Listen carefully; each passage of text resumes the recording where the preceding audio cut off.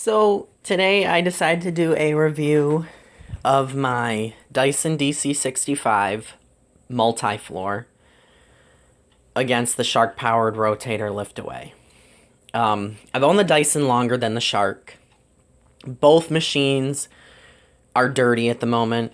As you can see with the Shark, the dust cup's pretty, it is in cleaner shape, but the filter's a little brown, like, you probably can't really tell, but whatever. You can see there's some dust on some surfaces, but there's no dust on the outside, so that's a good, important part to mention. At least nowhere that the dust's escaping that's causing it. It's more just from setting. The Dyson has more in it, like this fine, dusty powder, but that's because I used it to clean something. I think I might have vacuumed my bed with it or something. I don't really remember.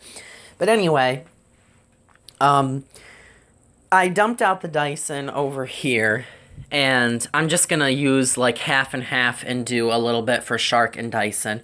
I sprinkled a little bit of oatmeal out here, sprinkled a little bit in here as well, but then I made these two trails. They're the same length, kind of the same width apart. I'm not going for specifics. This isn't Consumer Reports, but I kind of did it just to show like a large portion of dirt, to show like how well it picks up like a large amount.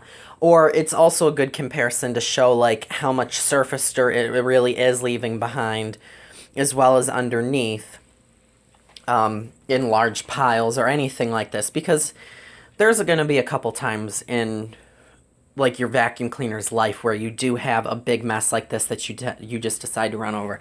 And I will make sure that when I do vacuum over this strip, it's not in the brush roll line, or the belt, so I'll vacuum probably over closer to here.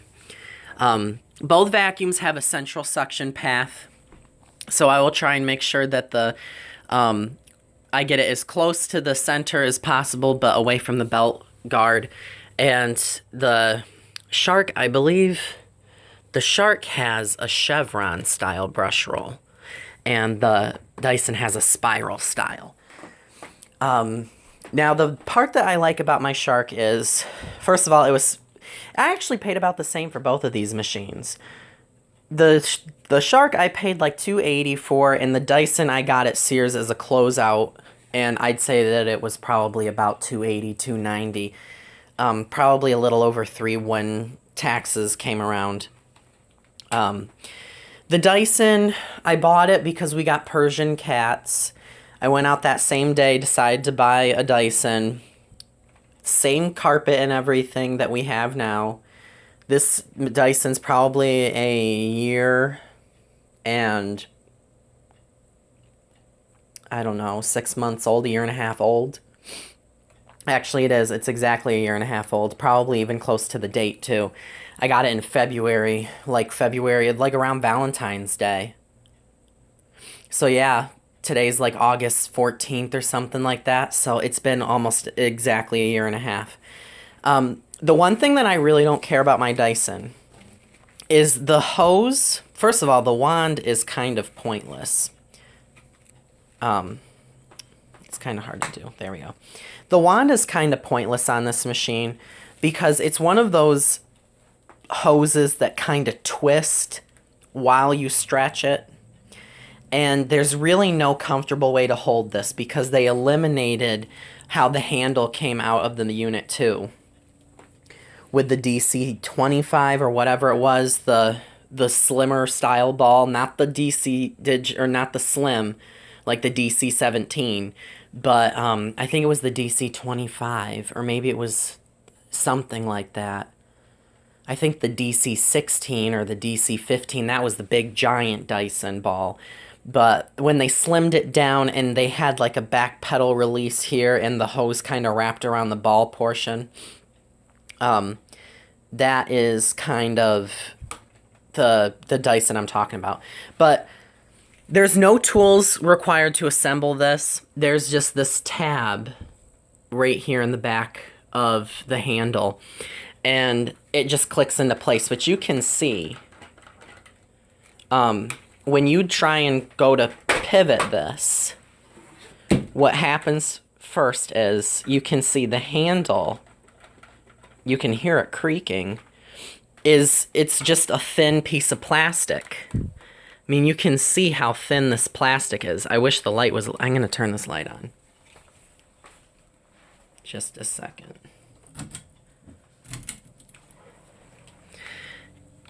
You can see how thin this plastic is. It's very thin. Even around the front. It's very thin plastic. The handle, it's about as thick as a quarter. Just really cheap plastic. It's actually thicker up here than it is down here. And even this piece, this is really just cheap, thin, flimsy plastic. And when you get it on a surface, trying to get my camera to readjust, when you get this on a surface like my carpet in the other part of the house, it sucks itself right down with that active base plate. And when you try and turn it, I mean, you can see, you really have to give it a lot of force to get it to spin. And it just bends the handle before it actually starts to pivot the machine. They, of course, like I said, they eliminated that easy, quick release back pedal. And in here you can see that this is a little flipper. It connects. Let me see if I can get it to do it. This is a hose down in here. I can't, the lighting in this is terrible. My goodness. There's a hose down in here. I'm sorry. I know this is terrible. There's a hose right there. And that connects and disconnects when you pull the machine back. And I'm going to try and show you what I mean if I can get this stuff out of the way. My goodness. It kind of, here's a good shot. You can see it connects and disconnects automatically like that. And you can see it, it's up inside here. It's just the little portion of the hose, it just flips back and forth. It's this piece right here. This connects to the hose to clean with, and then that flips down to vacuum the floors. Not a good design. That's why it makes that weird suction cut-off seal noise when you put it in the upright position when the machine's on. Or when you turn it on before you recline the machine, and then you recline the machine after you turn it on. It just makes that terrible, like, seal breaking sound. It's because of that. So I'll start with the Dyson first. I don't want to go into too far detail before I lose a bunch of time.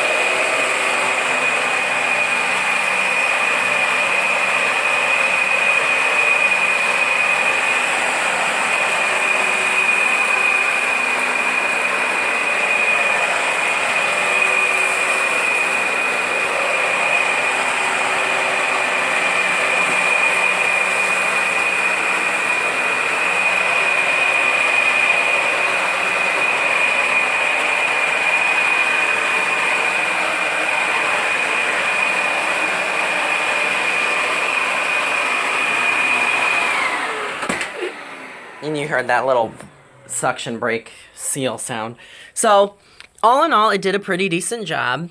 I do like the fact that you can just twist this and the hole underneath comes off. And you can see it did pick up all of the oatmeal after I ran over it like 3 times in some spots. And it did pick up whatever I dropped from the bin from vacuuming with this last, which I know it didn't come out of the floor. It came out of the hose when vacuuming, probably, like I said, a mattress of some kind. Now this little portion here, this is just a clean out. And that flips down, kind of neat, but the seal's kind of chummy. Now, another thing that I want to point out, as you can see, like I said, they really did cheap down on the materials of this machine. I mean, even this crevice tool, really chintzy. So, anyway, one thing that I do want to show is this seal. You can see it opens right up to the bagless canister on the inside of the vacuum. And when you turn the machine on,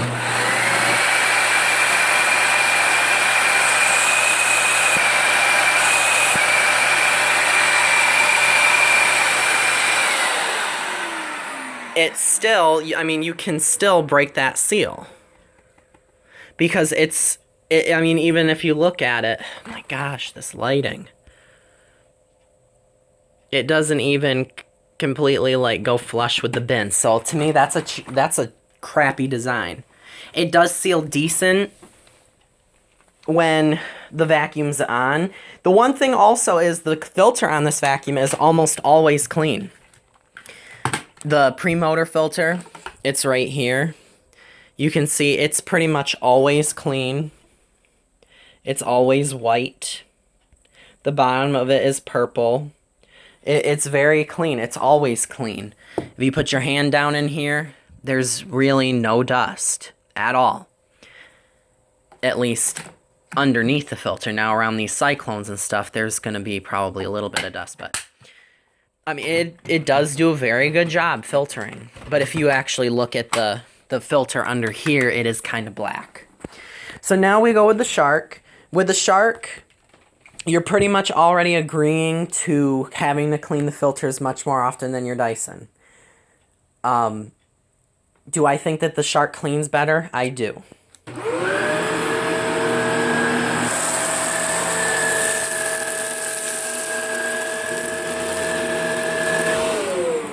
Okay. Now, when we vacuumed with the Dyson, you could see that line of dirt. I didn't stop with it because I was kind of zooming in close. But I'd just like to point out, this little speck and this little speck are the only 2 pieces. Oh, well, there's that as well. But I turned the vacuum off maybe here. I don't even really remember. But either way, doesn't even matter. The Dyson left a perfect line where it almost looked like it hadn't even been touched. So we'll keep going with the Shark. The only problem with these LED lights is it's hard to see what's right in front of the vacuum when the vacuum's on because of the lights.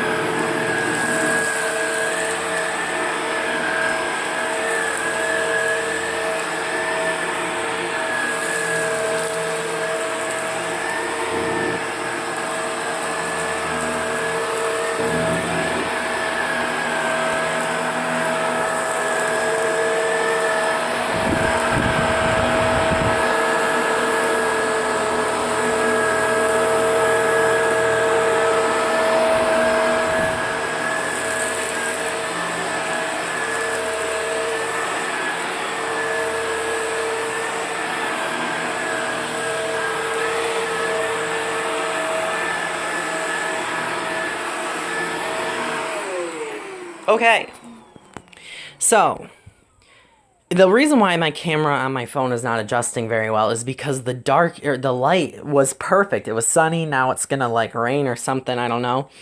But this carpet, it looks much cleaner on the Shark side. It's better groomed than the Dyson side, and I have walked on it quite a bit. But even, I mean, this is higher pile than that pile. I'm probably gonna have to make a part 2 of this because I'm already going over.